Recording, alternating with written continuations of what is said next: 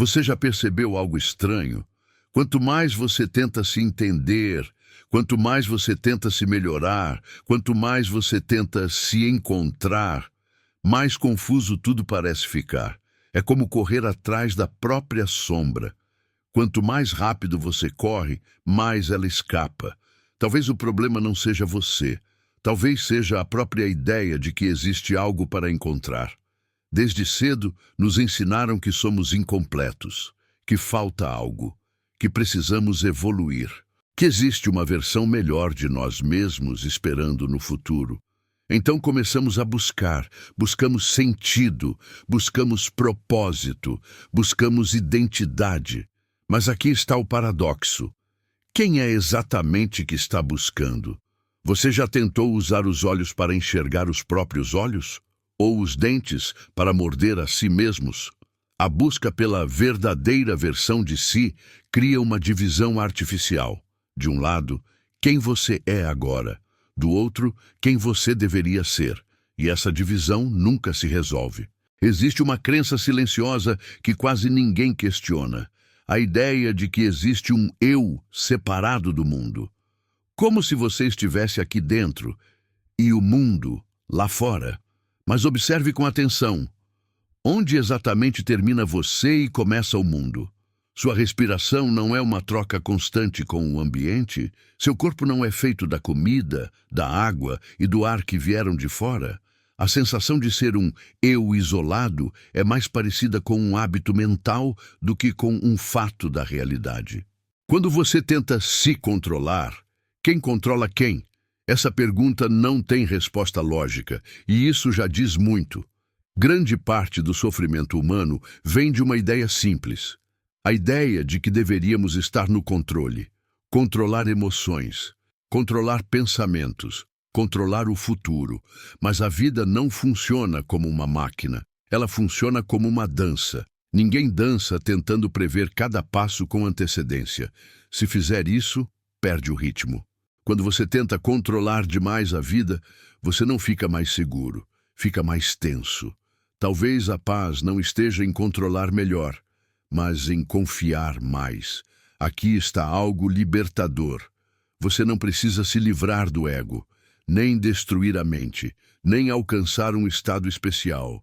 Tudo isso ainda é a mente tentando vencer a mente. A virada acontece quando você percebe que não precisa consertar a experiência. A vida não é um problema a ser resolvido, é um acontecimento a ser vivido. No momento em que você para de tentar se encontrar, algo curioso acontece. Você se reconhece, não como uma ideia, não como uma história, mas como o próprio processo da vida acontecendo agora. Talvez você não esteja perdido. Talvez esteja apenas cansado de procurar onde nunca houve nada para achar. A pergunta não é quem eu sou, mas sim o que acontece quando eu paro de perguntar. Você já percebeu algo curioso sobre a maneira como tenta se entender?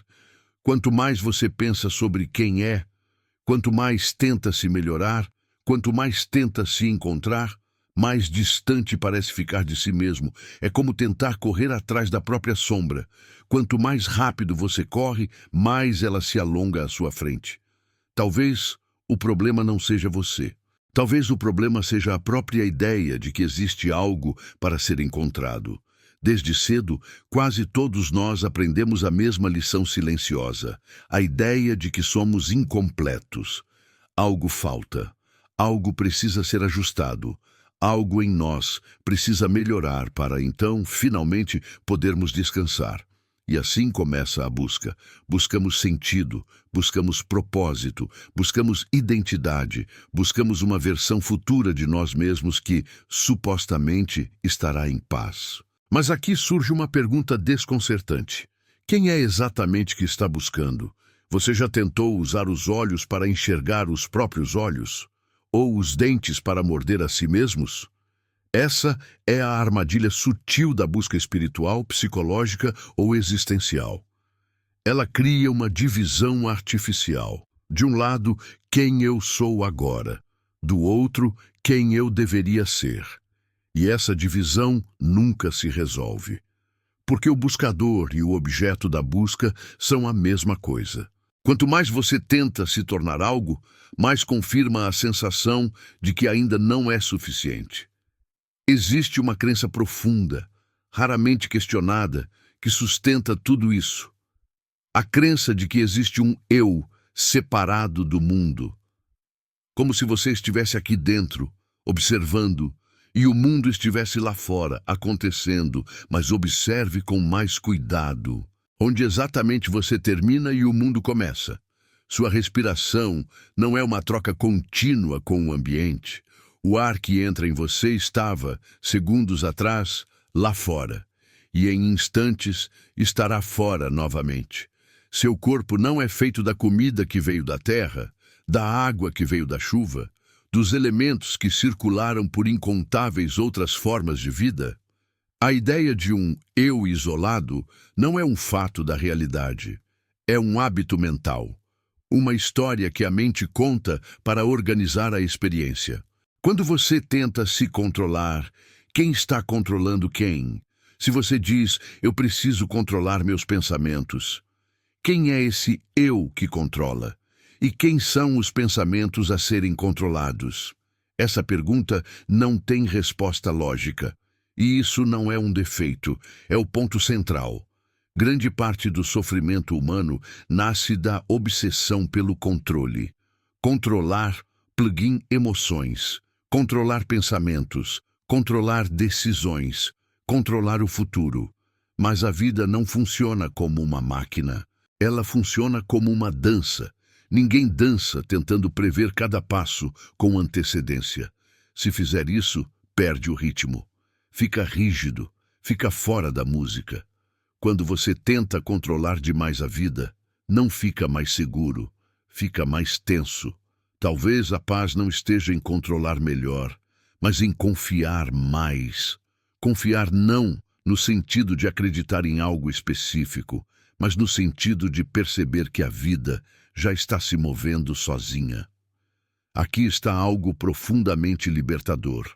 Você não precisa se livrar do ego, não precisa destruir a mente, não precisa alcançar um estado especial. Tudo isso ainda é a mente tentando vencer a mente, como uma mão tentando agarrar a si mesma.